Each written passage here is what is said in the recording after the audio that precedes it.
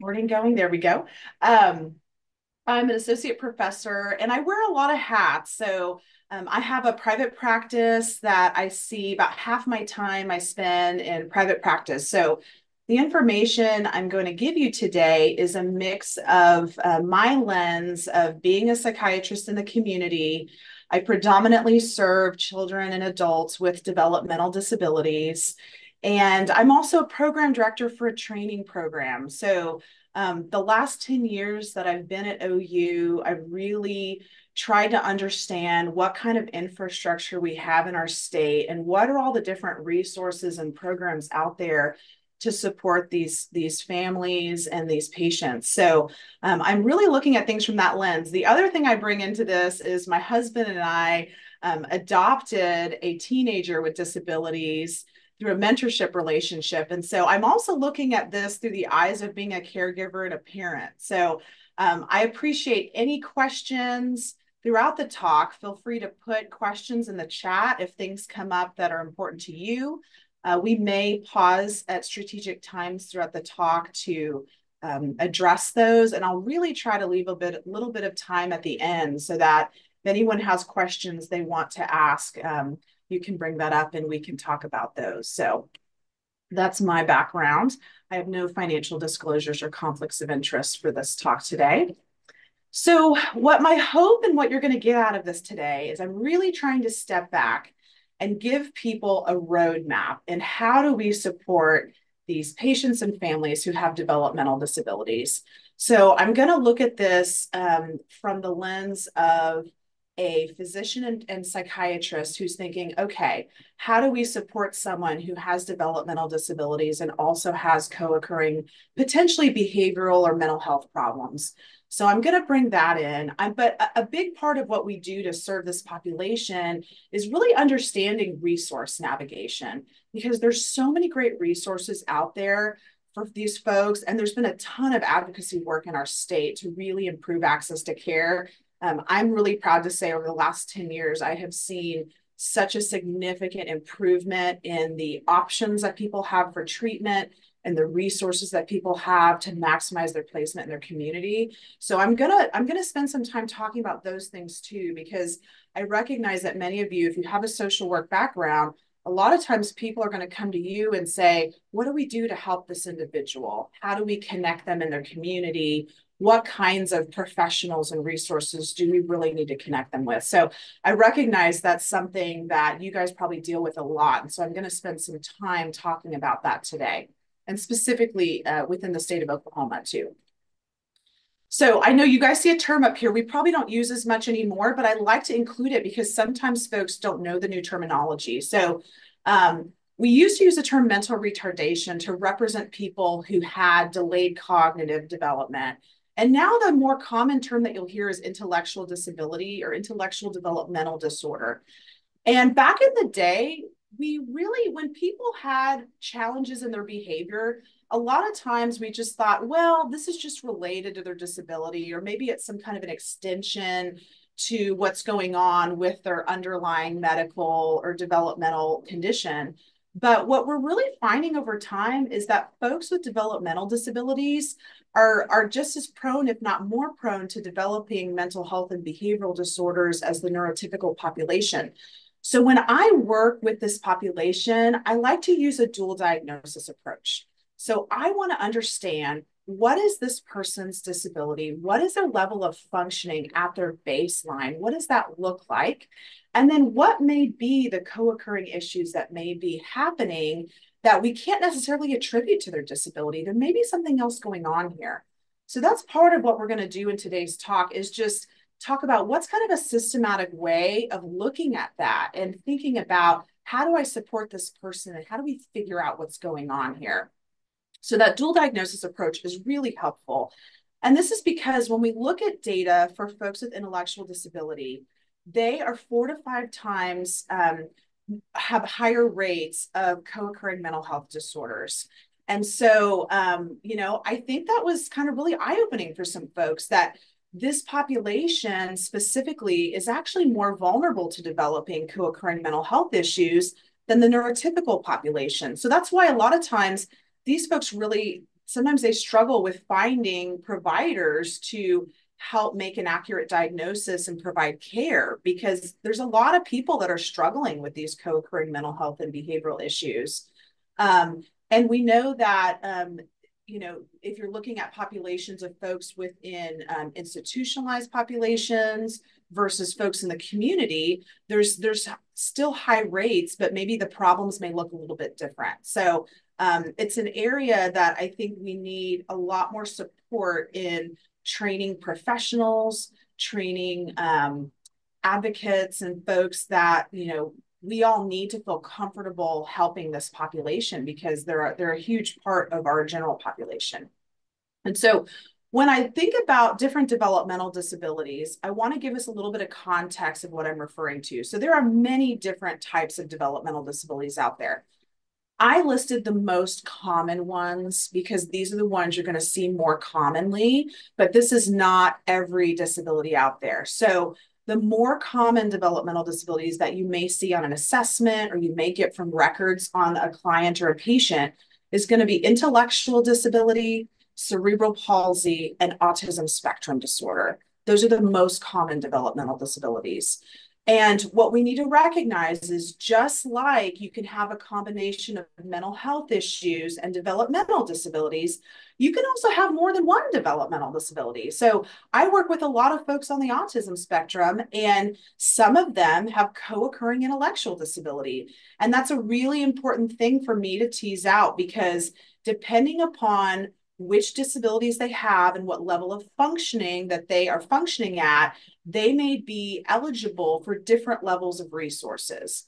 So, and I would say in the state of Oklahoma, it's really important that when we're working with patients or families that have developmental disabilities, it's really important for us to identify if this person has had a diagnosis of intellectual disability or intellectual developmental disorder, because the level of resources that they have access to is different. And I'm going to talk a little bit more about that in our state. So what is intellectual disability? So to make this diagnosis, someone has to have three core components. They have to have some type of documentation showing that there was an assessment on their cognitive abilities. So there are different types of assessments you can use. There's several types of assessments that assess for intellectual abilities or cognitive abilities. And we're looking for an IQ score of around 70 to 75 or below.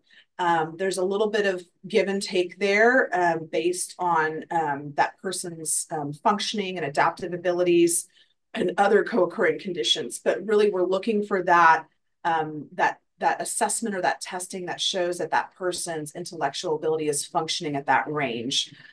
There has been a real increase in focus around adaptive behavior, because as many of you know, sometimes you meet someone and you know what their IQ score is, but really what matters is how they're functioning, right? So they may have an IQ score of, 75, but their functioning may be really impaired in certain areas, even beyond what you would expect.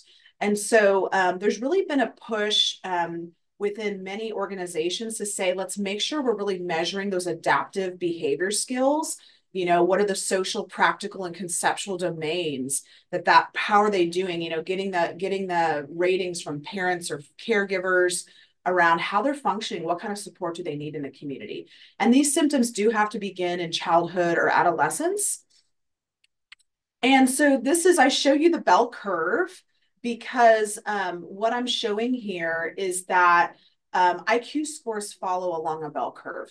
So 2/3 of the population falls between 85 and 115 when you look at IQ scores. And so you can see that when you look at scores of 70 or below, you're looking at about 3% of the population within that IQ score testing. So it's a very standardized assessment that's done when we test someone and we get an accurate IQ score. But it is important to keep in mind that sometimes we have to redo cognitive testing for different reasons. Sometimes if kids have co-occurring things like ADHD, sometimes their IQ score will not be super accurate because they're not able to fully engage in the testing.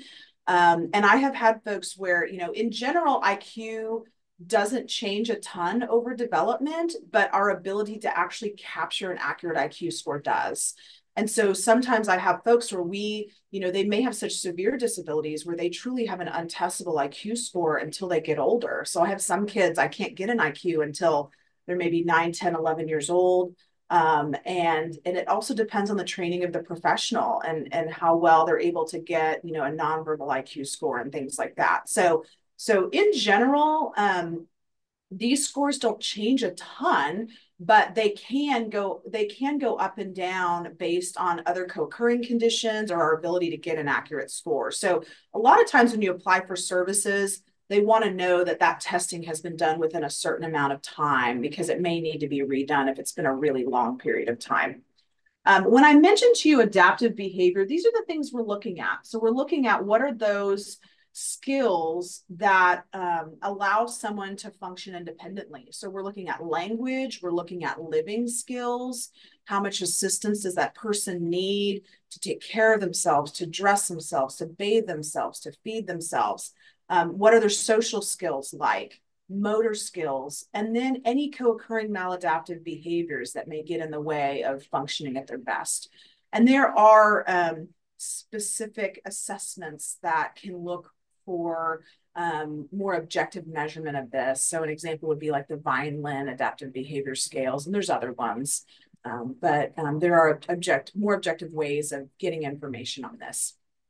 I like to show this slide because I think it gives people a little context of level of functioning. So one of the things that I do when I meet someone with developmental disabilities is I really want to understand where are they functioning developmentally.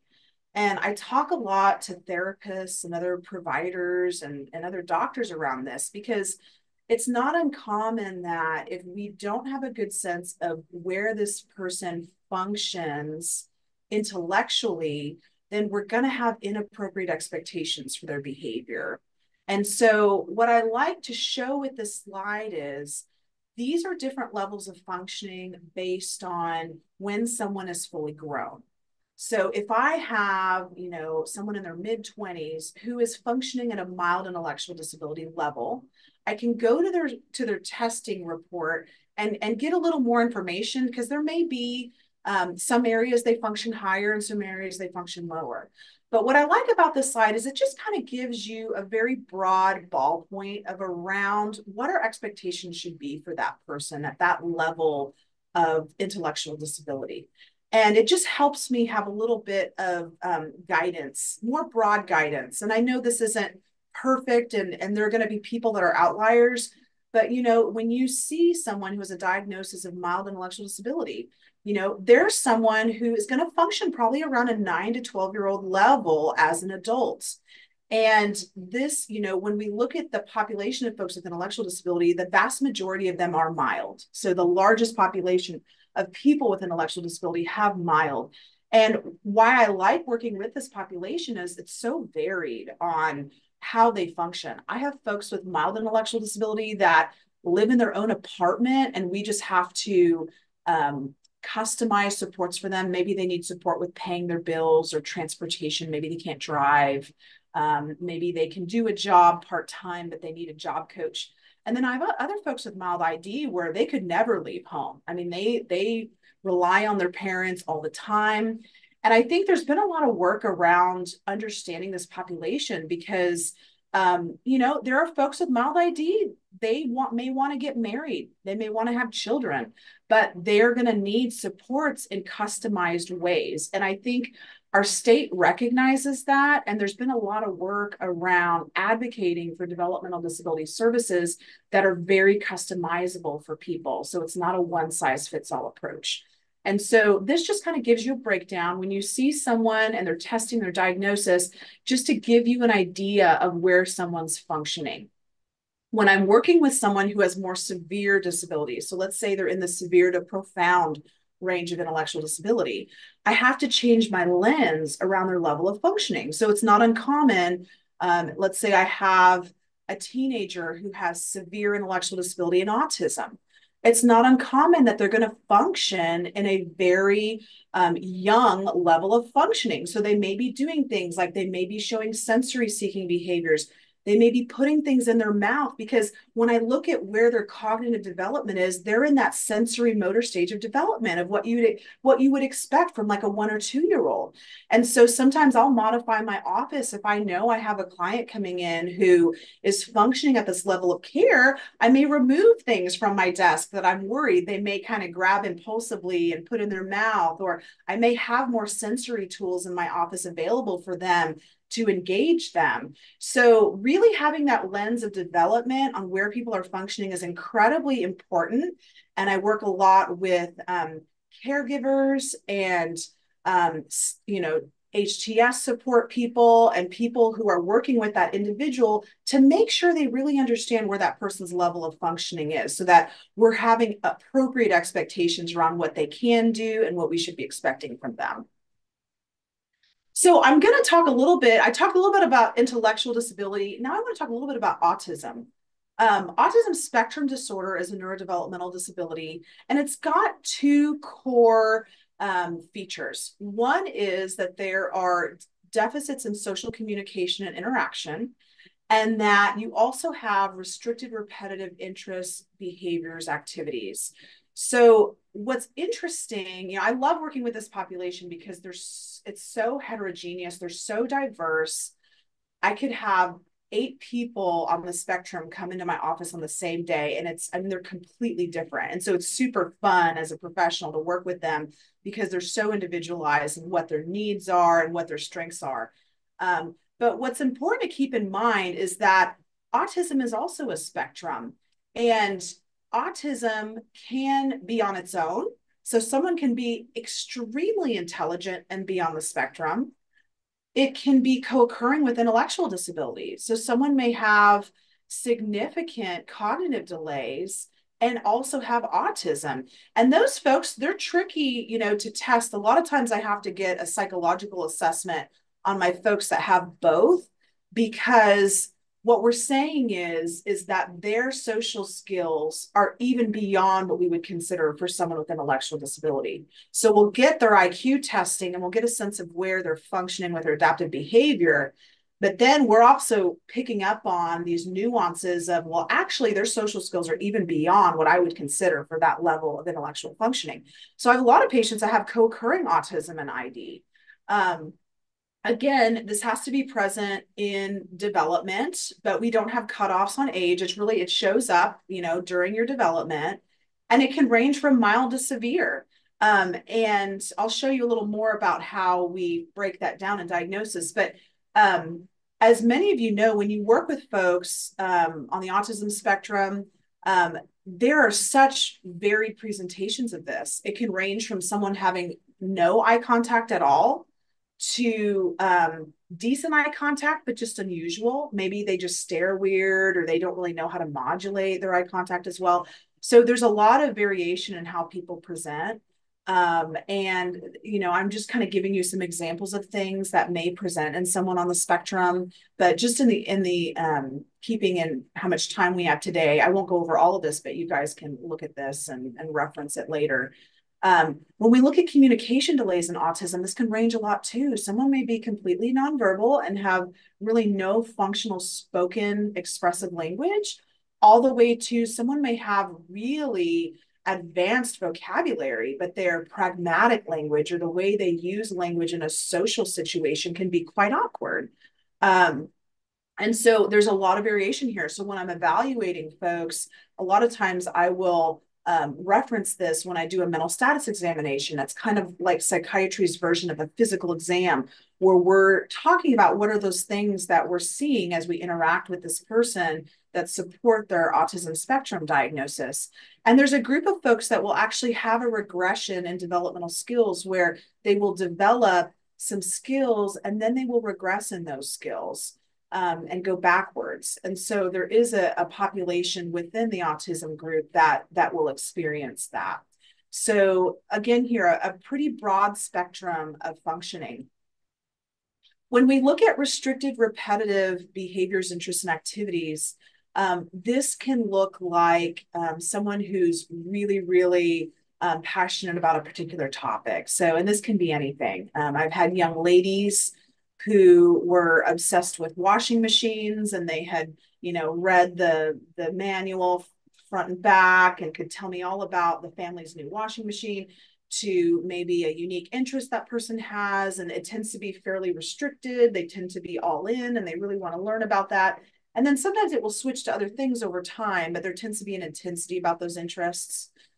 There can be an insistence around certain patterns of behavior, certain routines, needing things to feel the same. A lot of folks will struggle with changes in routine or new situations, and there are therapeutic strategies we'll use to try to support folks that struggle with this. And then some people actually have repetitive or stereotypic movements. They may be very noticeable. They could be hand flapping, toe walking. It could be very repetitive speech where they repeat certain things that they hear. But it can also be very nuanced. It could be staring out of the corners of your eyes in odd ways when you're around certain lights, or there's some very nuanced stereotypic behaviors that can manifest. And a lot of these folks have sensory issues, and we really noticed that over the years, and added this criteria to the DSM-5, kind of our manual for mental health disorders. Sensory issues didn't used to be a core symptom, but it is now when we diagnose autism spectrum disorder. So this is a continuum. And so when you get an assessment for autism, usually in the diagnosis, it will have a delineation of what level. So it can be level 1, 2, or 3 based on the severity of these symptoms. And then many times we'll put specifiers to help describe, does this person have co-occurring language impairment, intellectual impairment, and whether or not we know that this may be associated with a known medical condition or a genetic condition, like, for example, Fragile X syndrome. We will denote that in the diagnosis as well. And autism is on the rise. I feel like every time I give this talk, the rates go higher. And they've been rising since the 90s. And I think there's a lot of reasons for it. I think that there's much better recognition of autism.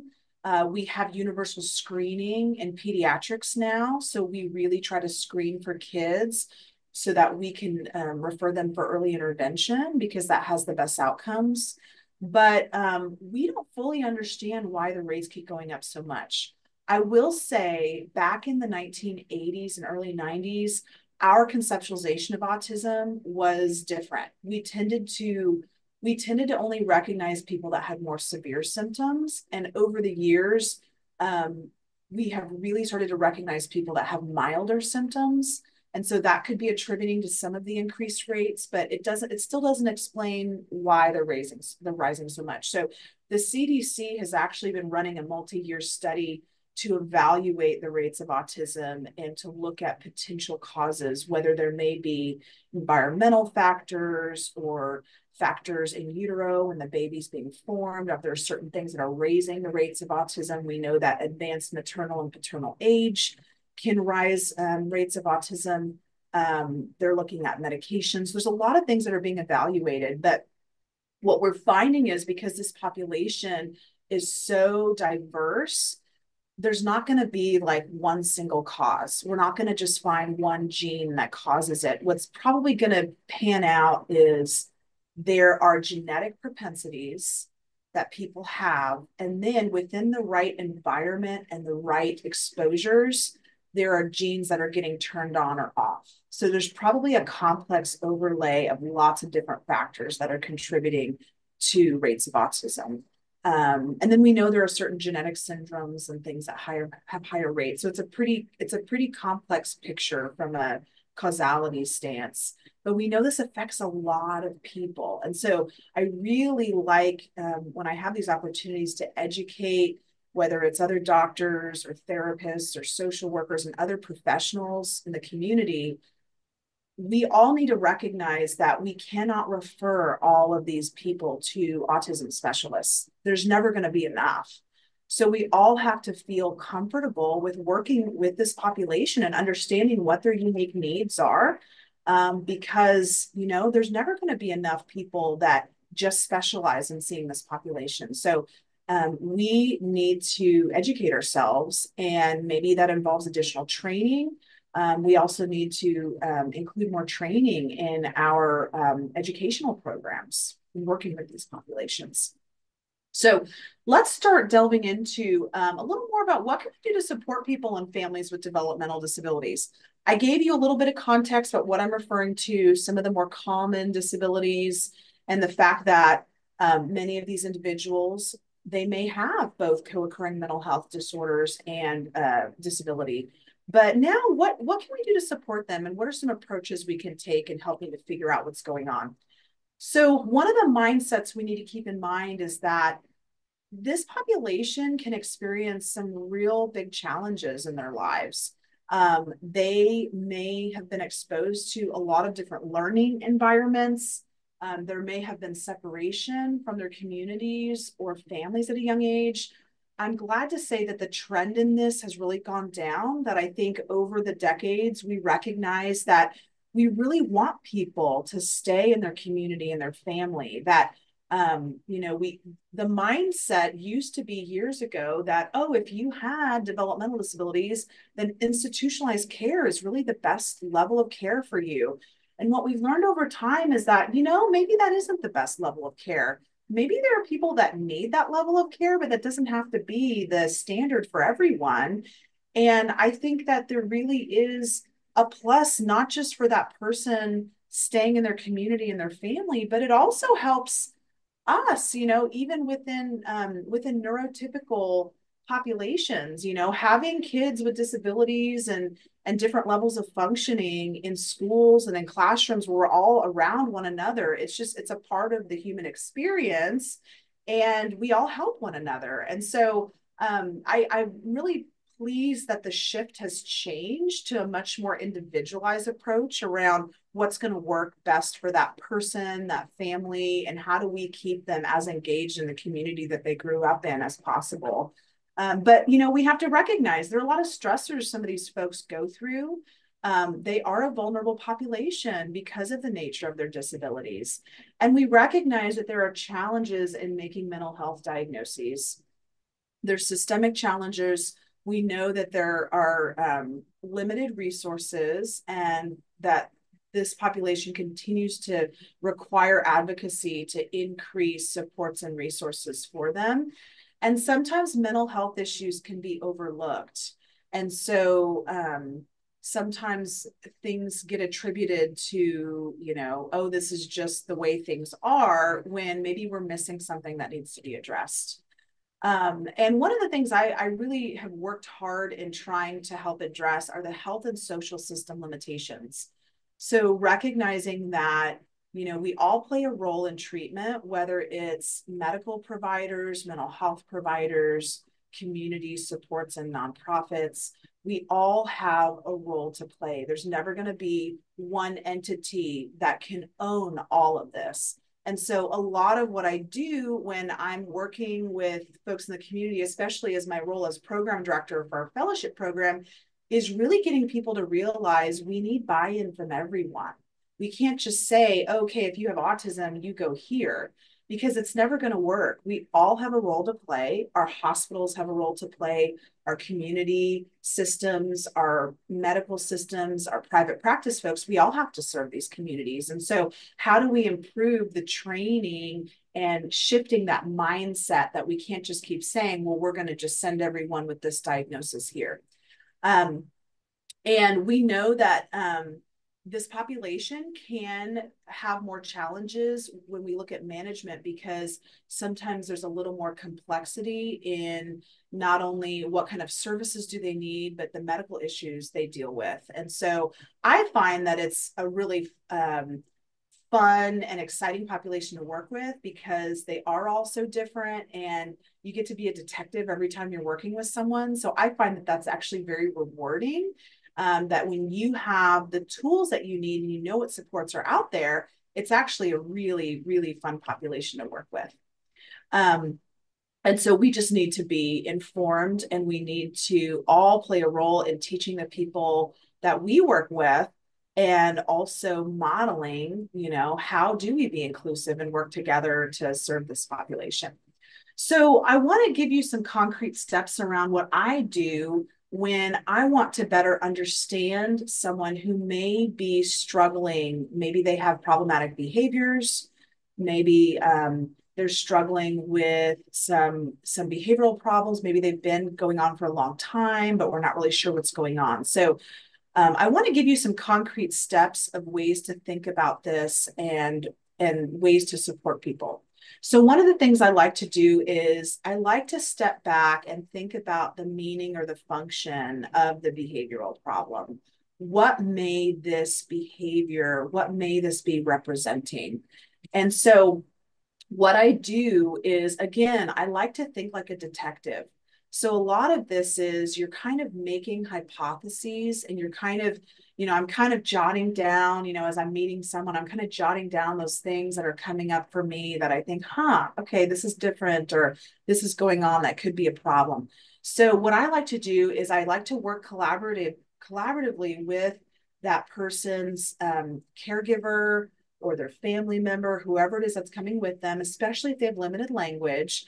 And I like to really get that collateral information, use the family members and the staff as part of the team, think like a detective.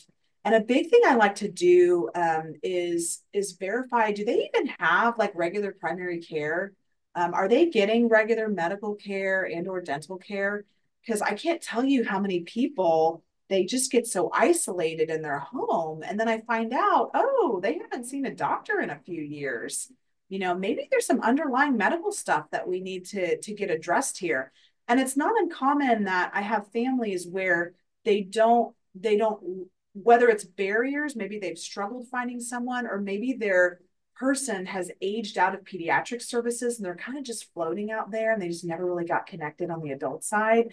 But there's many different reasons. And sometimes what I'll see happen is they're just floating around from urgent care to urgent care or ER, and there's really no continuity.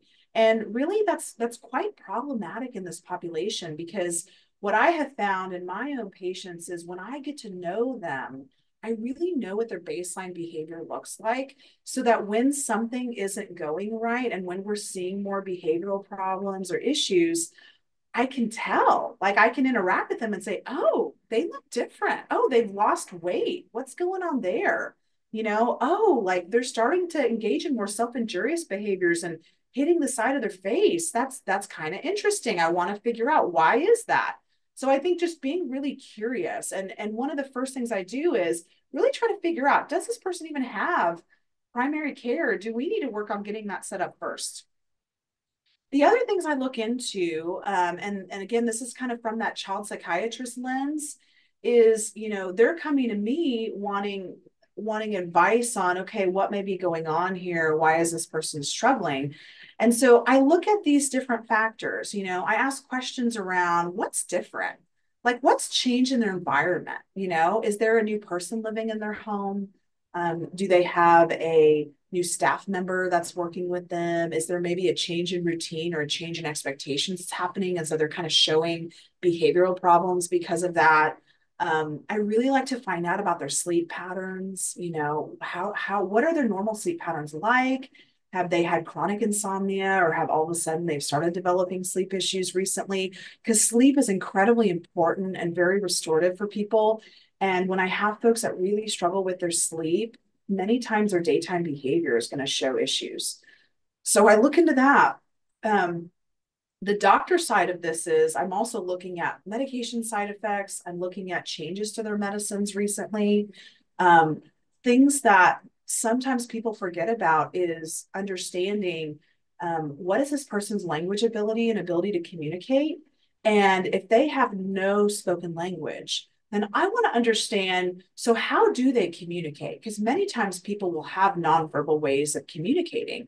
Maybe they use sign language, maybe they have certain things they do in the family to let people know what it is, what kind of desired item they're needing. And so I dig into that a little more. Like, well, how do you know what they need? Are they able to articulate anything to you? Are they able to show you in a nonverbal way kind of what's going on? And that's something, and there's a lot of things we can do to address when people have limited language. And if I get the sense, I think the problem here is that they don't have a way to communicate with you what they need. And this is really creating a lot of distress for them. There's actually things we can do for that. So I really try to delve into that. I'm thinking about things like, could this person be the victim of trauma or abuse? This population is very vulnerable, especially if they have limited language or if they have a lot of disruptive behaviors. Maybe they're very impulsive. They may be a victim of trauma or abuse. And we need to be thinking about that in our mind. Is there another intervention here that needs to happen? And then also things like, could this be kind of like a mental health condition that's developed? Maybe as they've gotten older, they're starting to develop anxiety around going places, going out in the community, and maybe that's very treatable with medication or therapy. And sometimes I like to mention puberty because sometimes as I go through my list, if we can't really find anything, it's like, well, everything's been pretty consistent and we're not finding any particular reasons. Sometimes puberty is just very destabilizing and it's just this kind of weird period of time where they'll have a lot of behavior problems and I may have to help support them with medicine temporarily. But then a lot of times it'll get better as they move through that and the hormonal changes come down. So puberty can be kind of a tough time for some families. So I recognize that as well. I want to list just some of the common medical comorbidities in this population. These are things I really try to educate primary care providers around this so that when someone comes to their office and they're showing an acute behavioral change, can we get a good physical exam on them? Can we look in their mouth? Can we see if maybe there's an injury going on where they're in pain and so they're struggling? Maybe they're developing GI issues or headaches and things like that, where it's really hard for them to articulate. And there are ways that we can modify our exam to serve this population. Sometimes we'll do things like we'll get labs to see, okay, they can't tell us what's going on, but let's do like a lab panel just to get a sense of, is there something going on that we're not able to see? So this just kind of gives you kind of a broad view of some different things we think about on the physician side. So the next step, so beyond kind of thinking about potential issues and thinking about what are your kind of educated guesses around what issues could be going on, we want to bring in that step on putting ourselves in that position to look at this person through that developmental lens. So this is going back to my previous slides of, okay, I want to know what is this person's disability. So getting a sense of, well, what was that diagnosis? What was their baseline behavior like, and how is their current functioning deviating from that? So remembering to bring in that lens so that you have an accurate idea of what their expectations should be, based on their developmental age. It doesn't matter that they're 25 or 30 years old. I want to know, how are they functioning intellectually? So what level are they actually functioning at? And then we want to consider the person's emotional development and how their experiences and their history impact their situation. So this is really getting into things like the social history. Tell me about, where do they live? Who's involved in their life? What kinds of changes have they experienced in their development? What's kind of their view of the normal world and the kinds of supports to them? And this is where that trauma and abuse comes in, because children with disabilities are at least 3 times more likely to be the victims of abuse or neglect compared to their peers without disabilities. And not all forms of disability carry the same level of risk. So, for example, children with ADHD and disabilities, they may be more vulnerable to physical abuse because of those externalizing behaviors that they have versus kids that may be more language impaired, like nonverbal or hearing impaired. They may be more likely to experience neglect or sexual abuse. And so keeping that in mind, that sometimes these folks are vulnerable to this. And I always try to really look at the situation with compassion. A lot of times, what can happen is when a family is under-resourced, sometimes what I see is bad things happen because things are not coming together. So it's not that people are willingly wanting to hurt their kid or they're intentionally neglecting their kid. a lot of times what happens, what I see is there are caregivers that are doing their best, but life keeps coming at them and they've had so many things going on where, they were kind of holding it together and now they're not anymore. And so sometimes this is what we see when I cover over at the Children's Hospital, and we have families come in crisis because things just got to a breaking point where it's just not working anymore, and now we're having to really get in there and say, okay, how do we stabilize the situation so that this kid or this teen is able to stay in their family and we're not having to remove them or have DHS step in and take custody and things like that. We're really trying to keep these families intact. But it's not uncommon that when we really start to dig, and I think this is where the social work profession really comes in. If you can really get in there and dig, what are all those barriers that this family is working against? There's a lot of things we can do to address that. And when we can do that, it can really lower the propensity for things like, unintentional neglect and things like that, or kids where they're like not going to school for months and months because of all these different factors. So it's important for us to keep in mind, some kids, they really struggle with feelings of isolation and powerlessness. And a lot of what I do as a mental health provider, if that child has an ability to speak on their own, then I like to interview them alone. I'll have the caregiver of the family step out of the room and I'll talk to them. I'll do a trauma screen and I'll ask them about difficult situations they may have been through, potential traumas they may have been exposed to, so that I can really understand the lens of that individual and kind of how they see things and the experiences they've had. So we need to always be aware of this potential and recognize that this population is very vulnerable to this. And then we know that folks can experience co-occurring mental health conditions. So that's part of my job, is to figure out, okay, what part of this behavior could be like a co-occurring anxiety disorder or OCD or another treatable mental health condition that we really need to be targeting that in a specific way, that we can't just keep having them do developmental therapy, but we need to kind of bring in the mental health supports. And so this is a really important part of care for people. And I do a lot of work around training even our psychiatrists within our training programs and how to work with these populations, because it hasn't traditionally been a core part of psychiatry training to include specific training for people with developmental disabilities. And so this is something I really value and try to bring into our training programs to make sure they're getting those experiences and that training so that when they graduate, they can serve these populations. There's actually I mentioned the DSM, which is like our, in the mental health world, it's kind of like our diagnostic manual that we use to make diagnoses. There is actually a modified DSM for people with intellectual disability. A lot of people don't know about this. It's called the DMID, and they came out with a new version called the DMID-2. But if this is something where you're like, I really like working with this population, I really want to learn more about how these mental health conditions present differently in people with intellectual disability, they have a diagnostic manual for intellectual disability that you can use as a reference. So this can be a great tool as an adjunct to your DSM.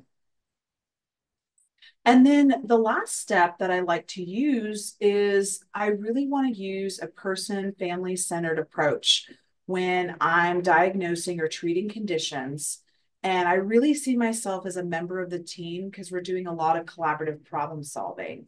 And so I bring in a lot of work around resources that we're going to start getting a little more into, because many times these individuals are under-resourced.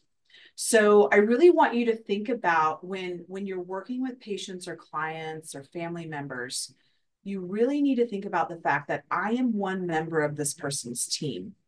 And a lot of times people will come to me, they seem really stressed, they're really worried. And a lot of times what I have to do is help ground them and say, okay, you are doing some great things to advocate for this person, but let's step back and think who needs to be on this person's team. And I do that a lot, especially when I'm seeing someone for the first time. I want to get a sense of who does this family currently have on their team and who do we need to involve? And if they come in and they're like, well, it's you, Dr. Buck, you're the only one, and we don't have anybody else, then I know we've got some work to do. And so we've got to kind of step back and say, I've got to build that for this family. I've got to say, wow, you have been working so hard to support your family member or your loved one, but we need to get you more support because I'm really worried that you're going to burn out. So when I do this, I step back and I think, okay, who are potential professionals or people or community agencies? Who needs to be on this person's team? And this is not meant to be a list saying that everybody needs to have all these people. They don't. Everyone's team is going to look different based on their community, based on their access to resources, based on their presenting concerns. So every person with developmental disabilities does not need a psychiatrist on their team. But maybe they need a behavioral therapist. Maybe they don't have a primary care provider.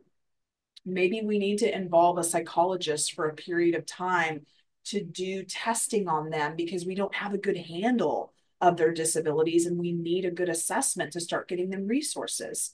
So some of these folks may come in and out of the team. Maybe they need to do speech therapy for 6 months and then we can take a break. So I like to show this slide because I want us to think broadly. What are the presenting concerns and who's currently involved and who may we need to get involved? Some families need legal assistance because their person is now a young adult and maybe they need to set up a legal guardianship or a power of attorney. And so just thinking broadly around supporting this population, we need to think about who the different team members are and who may we need to bring in at points of time in their care. So I really like to verify their developmental disability diagnosis because this is how they get resources.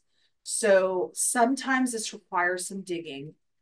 Sometimes this comes from getting a copy of someone's IEP, which is their individualized education program in school. Families are required to get a copy of their IEP, whether it's physical or emailed. And so I'll tell the family, I'll say, I really need to see their IEP so I can see what's already been done. And then maybe what do we need to redo? And so I'll have families do digging. Sometimes I'll order records if they say, oh, they saw this person, 5 years ago and had testing. Okay, let's get those records. I'll have you sign a release. So sometimes this does take a little bit of digging. And sometimes I think we get frustrated and we just say, oh, let's just send them for new testing. And I'm really trying to not do that if it's not necessary because, we have pretty critical shortages even in the psychology realm.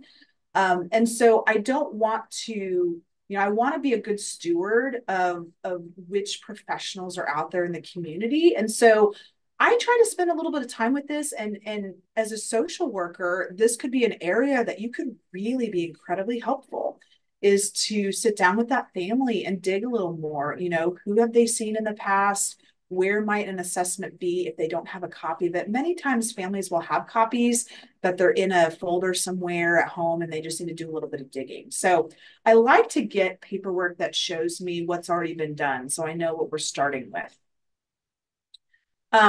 I'm going to talk a little bit about each of these different specialties and when you want to consider involving them. So speech therapy can be incredibly helpful, not only for someone who has significant language delay, but also for people who have abnormal social language. That can be a part of their social skills training where, if all they do is talk about their specific interests and they don't know how to have normal back and forth conversation, I may send them to a speech therapist to work on their pragmatic language and their social skills. So I actually met, when I was preparing this talk, I met with some colleagues of mine from these different professions. And so I asked a speech therapist, if you were talking to a group of people, what would you say? Like, when should you refer to speech therapy? So this is the information that they gave me that I wanted to share with you guys.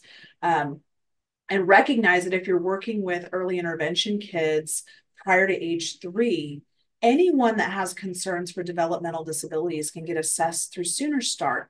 It's our state's early intervention program, and you don't need any particular insurance for that. You can just contact Sooner Start, and they even do in-home services, and they will actually help connect people with school supports when that child becomes of school age. So for those early intervention kids, they can get developmental assessments through Sooner Start. So I've got some links here for the CDC pediatric developmental milestones. If you want some additional guidance around what language should look like at different points of development. And I really like to give a shout out to a program called AbleTech, because not a lot of people know about this. So this is our state's assistive technology program, and they are amazing. I have used them personally. They're based out of Stillwater, but they've designed their services so that a lot of what they do is actually virtual. And so when you're thinking about families that are in rural areas or maybe schools where they may be outside of Tulsa or Oklahoma City, they actually, on their website, if you go to the Oklahoma AbleTech website, they have a link that you can go to where you can place a referral. And what they do is, based on the needs that are put in that referral, they have a team base of professionals. They have like occupational therapists, and they've got speech people, and they've got, I don't know all the professions, but they've got people who are real like assistive technology people. And they actually do like an interdisciplinary teaming assessment. And I did one with them where they'll schedule a Zoom meeting with you. So if a parent does this, they'll literally get on the Zoom meeting, they'll meet with you, they'll ask about the person you're wanting resources for, and they will give you a customized recommendation on, hey, these are some different things to try. Maybe this person should try a language device. You know, if they really don't have a functional way to communicate, they'll recommend different devices. The other cool thing is they will mail them to your house for free to try. So they have a device loan program. So you could live 3 hours away and say, oh, well, I want to try it out because I don't want to buy it if my kid doesn't, use it. And they will literally loan you the device. You can use it for a period of time, and you just put it back in a box that they give you and send it right back if you decide, oh, this is something, we want to try something different. So they have some really amazing stuff. I believe they also have a website that has all kinds of, they keep an inventory of like gear that's been donated. So if it's like, oh, we need help with making modifications to our home because this person's wheelchair bound, or maybe this person has balance issues and they need assistance, and what do we do about that? Maybe they need modifications to a vehicle. They deal with all that stuff. So I really like to give their information out. It's completely free. I know they've worked with teachers before. They work with professionals. They work with parents, self-advocates. So I really highly recommend reaching out to AbleTech and finding out what's out there, because you'll be really surprised, especially with a lot of the new technology. There are some really cool tech devices now for people with disabilities, for people that have reading disabilities, or these like pen readers where they like scan a page and it reads to them. It's amazing, and it's constantly changing. So I highly recommend AbleTech. Occupational therapy is a profession that can be really powerful for some individuals. Occupational therapists, they are thinking about what are the barriers that are preventing this person from functioning in their school or in their job. So they may work on things like fine motor delays. They may work on sensory issues. They may work on social skills training. And so I have a lot of folks where I will send them for evaluations to either speech and or occupational therapy, depending on the nature of their disabilities. And they do really varied work. A lot of times I'm finding these professionals, they tend to be in groupings. So you may have like centers in your community where they have like OT, PT, speech. Sometimes they're in the same place. Um, and so some folks may really benefit from this level of care. And many times when you refer to speech or occupational or physical therapy, they do a pretty comprehensive assessment beyond what I can even do as a physician. So what's nice is I can refer someone and kind of give a very vague diagnosis like, hey, I think there's a language disorder, or I think there's a sensory issue here. And I can give kind of a vague diagnosis, but then they do a really specialized assessment around, their motor skills or visual motor integration, how are they holding their pen? Are they able to use utensils? Like they get really nitty gritty into that stuff.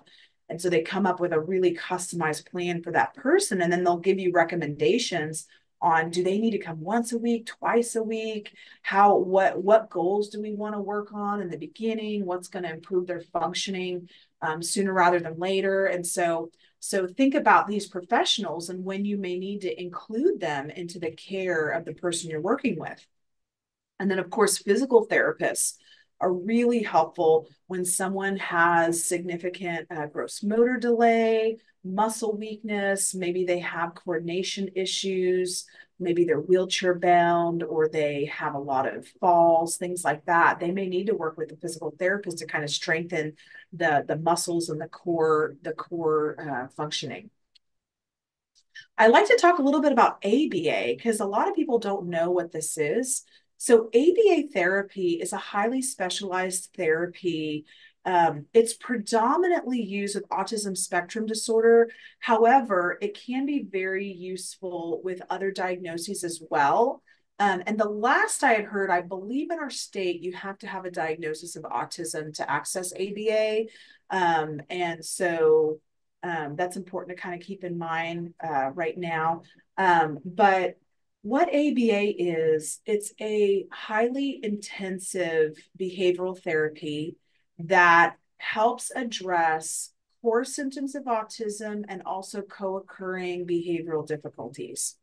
So what I mean by that is there's actually a lot of data to show that if you use ABA therapy during the critical early intervention time frame. So when you're working with kids that are like preschoolers, early elementary age, where those language centers are still developing, if those kids get ABA during that time frame, there's some pretty dramatic results we've been getting when we go back and we test them as adults.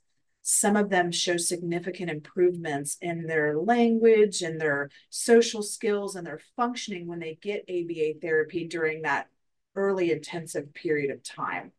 Now, ABA, though, can be useful throughout development.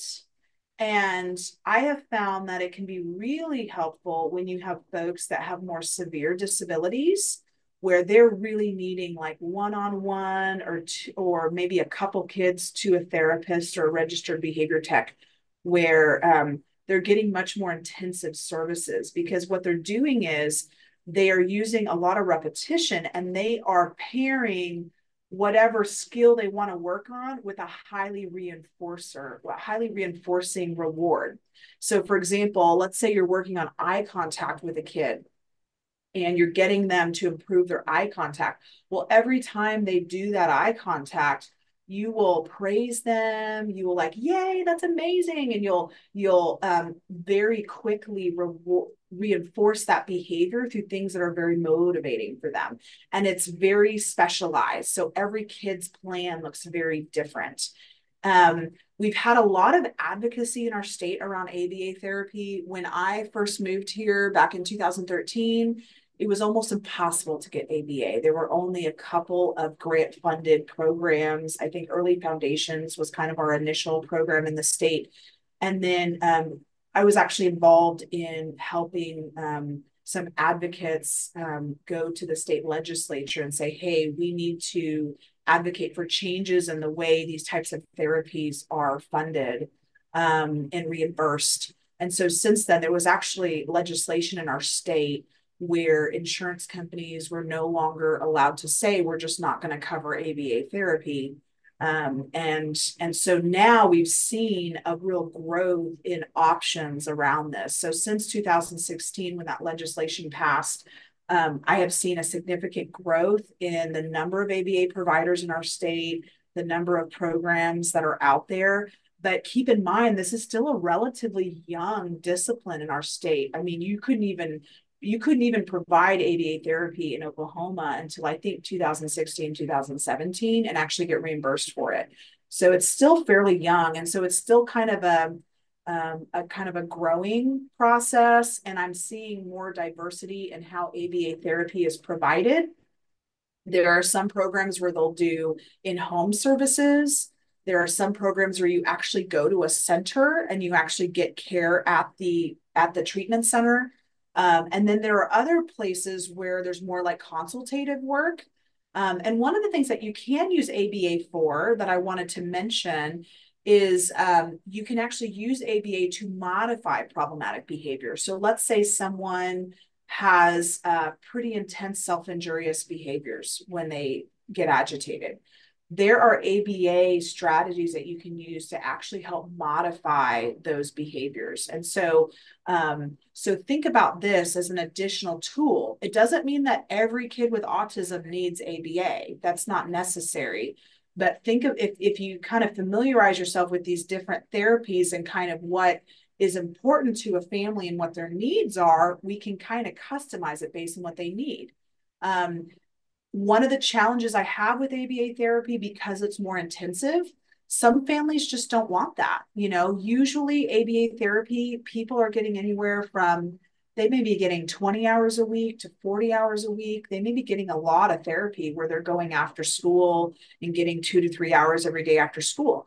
That may be too much for some folks. You know, someone with autism spectrum disorder, maybe they're needing just more like naturalistic social skills interventions. They're not really needing the level of ABA therapy, or maybe they don't have access to that in their community, but maybe they need to just work with an occupational and speech therapist to work on those social skills delays. So it's important to kind of understand the different resources and kind of what they can help with and what's important for families.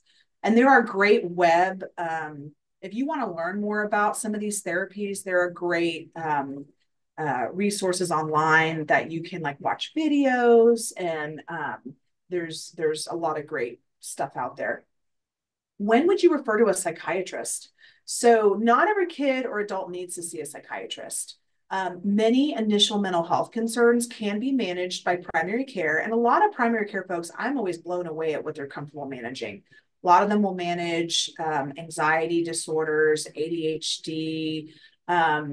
Usually when you start getting into either someone's not responding in traditional ways, so maybe the primary care has tried a couple different strategies, whether it's meds or therapy, and the person's just not getting better, or more complex presentations where there's like multiple mental health conditions, or more severe issues. So when we're talking about things like we think this person may have a more severe mood disorder, like maybe DMDD or bipolar disorder, or there's kind of a question of, could this be a developing psychotic disorder? Most primary cares are not going to be comfortable with that.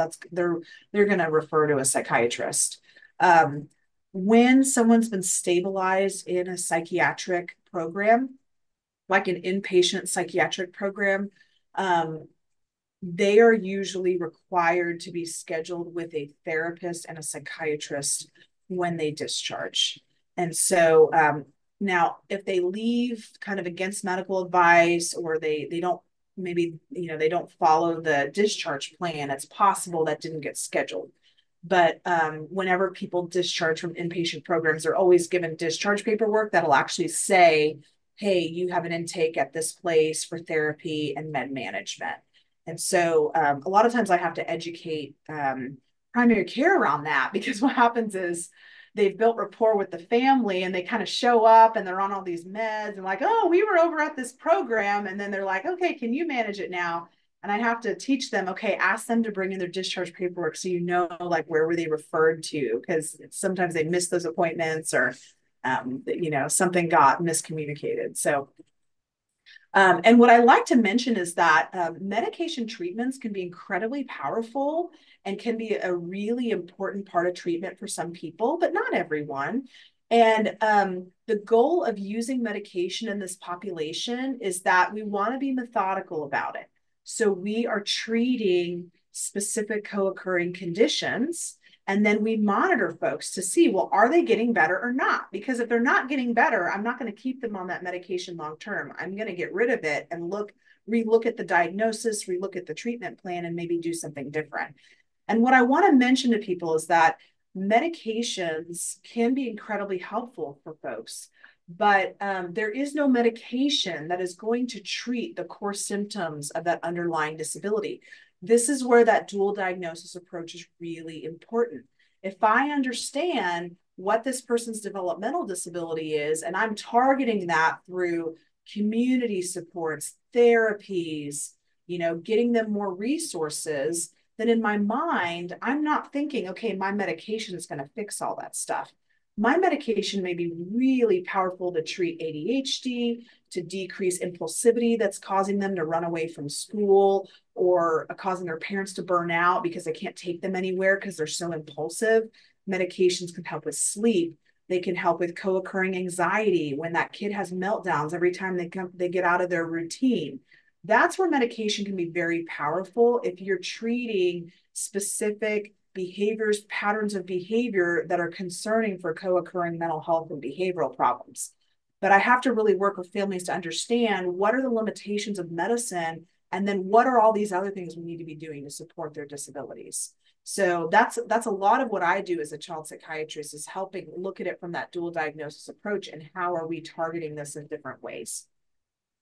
I was actually on a committee that worked together to create a pediatric psychotropic med resource guide. So I like to get the word out on this, especially for my practitioners who may be in more rural areas, who need more guidance around treatment of medications.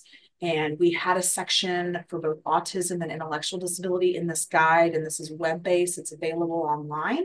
So there's some really great stuff on here regarding medication treatments and guidelines. And I want to put a shout out to my psychology colleagues out there. There are some really great things psychologists can do if they're a member of that person's team. They can provide therapy. They can provide, some of them can provide psychological testing and assessments, so they can really help us understand the nature of someone's disabilities. And I will use psychologists if I have someone who has really struggled, they've worked with a therapist before, maybe they have a fairly complex developmental behavioral picture. Sometimes just because psychologists have a higher level of training around disabilities and mental health functioning, sometimes I'll utilize psychologists to do therapy with these folks. Psychologists in Oklahoma cannot prescribe medications, but they can do the testing. They can do therapy as well. So depending on the expertise of that psychologist, they may have kind of differences in what they do. And I want to give a shout out that our Department of Mental Health and Substance Abuse has a pretty comprehensive systems of care program where if I've got families, they're really not going to make it to an outpatient appointment, but they need behavioral assistance. They need more help with how to manage their kids' behavioral difficulties. I will tap into like wraparound therapy through the mental health agencies, where they will send out therapists and or case managers. I really like to coordinate with these folks. So I have all my families sign releases so that I can coordinate with these therapists and we can all be on the same page around what's going on, where the challenges are, how can we support this family. And so that's something you can access if someone has Medicaid. One thing that's really cool about our state, we have a lot of school-based therapies where the schools actually have therapists embedded in the school. And there's a lot of great things they can do. One of the challenges with that level of therapy sometimes is if there's a really big family component that needs to be done. I find that using a therapist who's not embedded in the school is sometimes more effective because those school-based therapists are doing more of their interventions at the school. So they're great if I've got like an anxious kid and they're needing some help around coping skills or emotional regulation. But if I've got a family where they're needing really intensive, family intervention, maybe home visits, I'm probably going to go more with like a mental health wraparound type picture. And so keep that in mind about some of those differences. And there are different behavioral interventions that have a lot of evidence base to them. So social skills and cognitive training, life skills, cognitive behavioral therapy can be modified for working with people with autism, and there are modified protocols out there. Also, there's some decent evidence using parent-child interaction therapy for children with developmental disabilities who have co-occurring behavioral problems. So keep that in mind that there's growing evidence for different therapies in this population that can be utilized. And then work with the schools. Many times people with developmental disabilities are going to be served on either a 504 accommodation plan or an IEP, which is an individualized education program. So there's a lot of advocacy resources out there for this. And one that I want to really highlight is the Oklahoma Parent Center, because this is statewide. There are lots of resources out there to help with educational advocacy, but this is one that anyone in the state of Oklahoma can access. They're located in Holdenville, so they do a lot of their work remotely, but they can help families navigate the IEP process. They can help them know what like due process is and help them understand kind of what the process of advocating for their kid looks like, kind of following the rules around this stuff. And so they have a great website, but it's called the Oklahoma Parent Center. So I'm going to kind of tell you guys about some different resources as we're kind of getting close to the end here and wrapping up, because I want to save time for questions.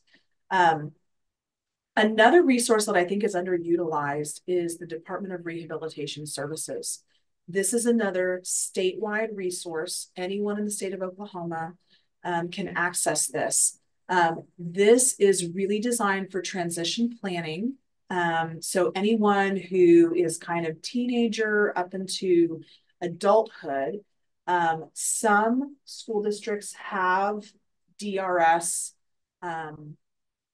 providers embedded at the school, but not every school does. So parents can actually go on this website themselves and sign their kid or teen up for services.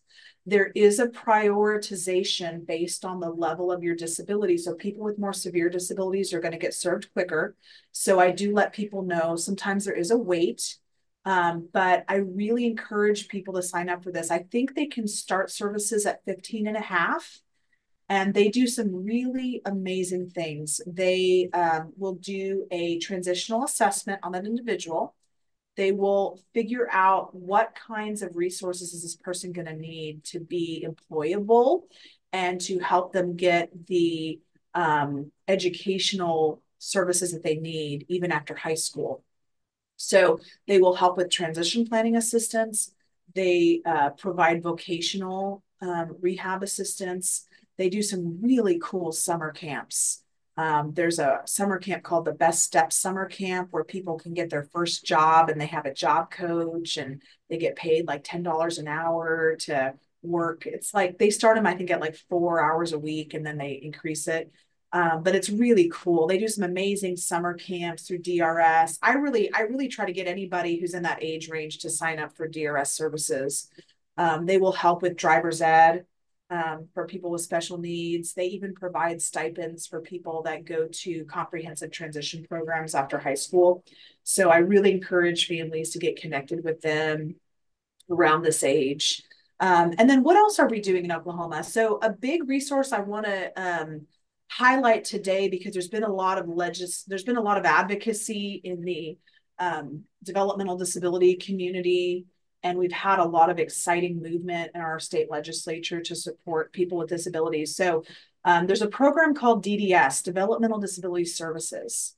And the way this works is these are additional funds outside of Social Security disability. So this is state money that is used to help customize a plan to help someone be successful in their community. So it's a significant amount of money. I mean, we're talking like $20,000 to $30,000 a year for an individual to basically customize a plan to what they need. So this is really critical for people after they graduate high school. In our state, you do have to, right now, you do have to have a diagnosis of intellectual disability to qualify for this. That may change over time, but right now you do have to have that ID diagnosis to get these services. The wait used to be like 12 to 13 years, and now it's less than one. And they're actually trying to completely eliminate the wait. So it's very exciting. So this is one of the things I've really been working hard is to identify which folks out there may have intellectual disability and making sure we're getting them connected to this program. Just to give you an idea of what this could do. So this could be anything from a family hires an agency to come in and help care for their loved one. Okay, so there's one route you can take that way. This could be used to maybe your person needs such significant supports that they want them to live in some kind of a supported housing environment, maybe like a group home type environment or a like an apartment or a house where there's like 2 or 3 other people with disabilities and there's staff that come in and take care of them. So it can be used for things like that.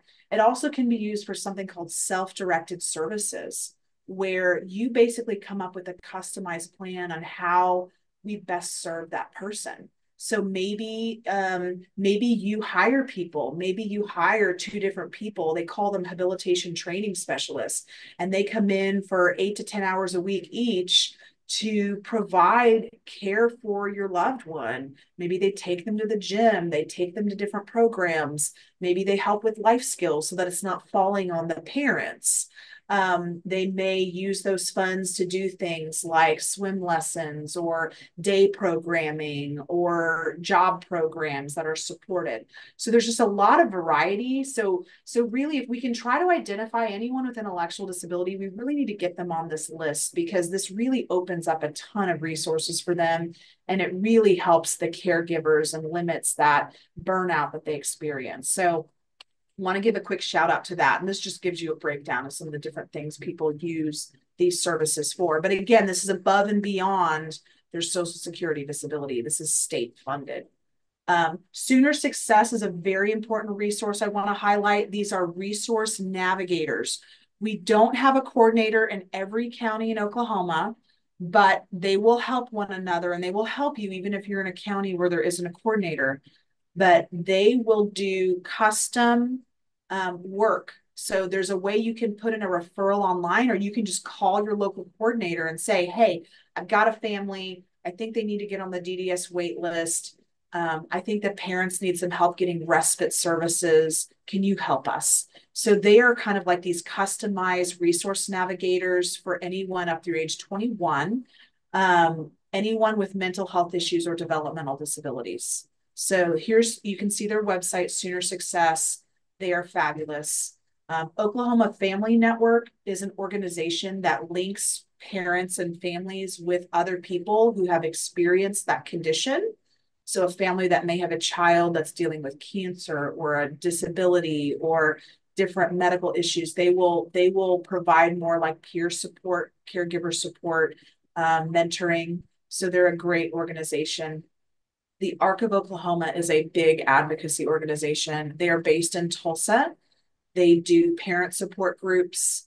They do social groups for young adults and teens with developmental disabilities. They have a great website. So I want to give a shout out to them as I'm kind of hurrying up here. One of the really exciting things in our state is we are really trying to improve services for people with disabilities after high school. So there's currently a lot of work to increase transition services in our local public schools. But one of the things we're really shining in right now is over the last several years, we have created comprehensive transition programs at several universities in Oklahoma.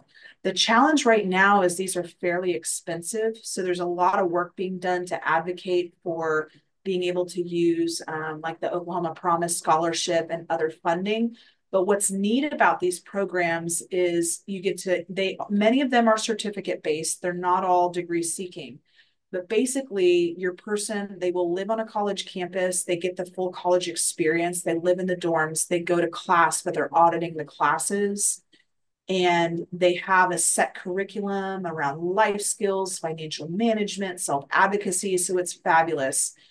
You do have to apply for these programs, but this just highlights some of them. And this Oklahoma IPSI Alliance is kind of the overarching entity that's really trying to push more of these programs to develop in our state. So it's pretty exciting. And then one of the things I do that I'm a part of is the Oklahoma LEND program. So this is a interdisciplinary training. Every year we bring in a group of folks from several different disciplines all over the state, and we do a year-long training that's very intensive around developmental disabilities. So this is kind of one thing we're doing at OU to try to really increase the training of all different providers and disciplines to really work with this population. So wanted to highlight that. And then we have a lot of great respite. I think we have 3 different respite programs in our state. So if you've got caregivers that are really feeling burned out, we need to get them connected to these, and Sooner Success can help with that. So as I wrap up here and open up for questions, I just want to, at the end here, I want to reflect on the fact that we've got to use an interdisciplinary mindset when we're serving this population. We need to recognize that we're an important member of that person's team, but how can we help guide that person and that family and who needs to be on their team? That there's no medication that we can use that's going to treat the core symptoms of their disability, but medications can be very helpful to help treat co-occurring behavioral mental health conditions.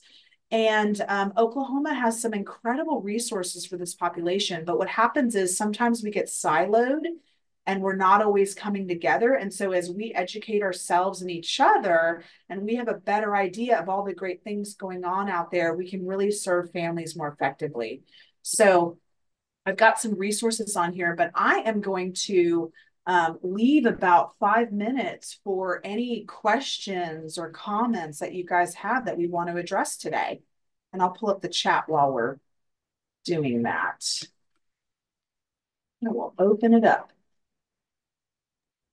Thank you so much, Tara. I'm going to go ahead and stop recording so that people feel maybe more comfortable to ask questions regardless of what they are.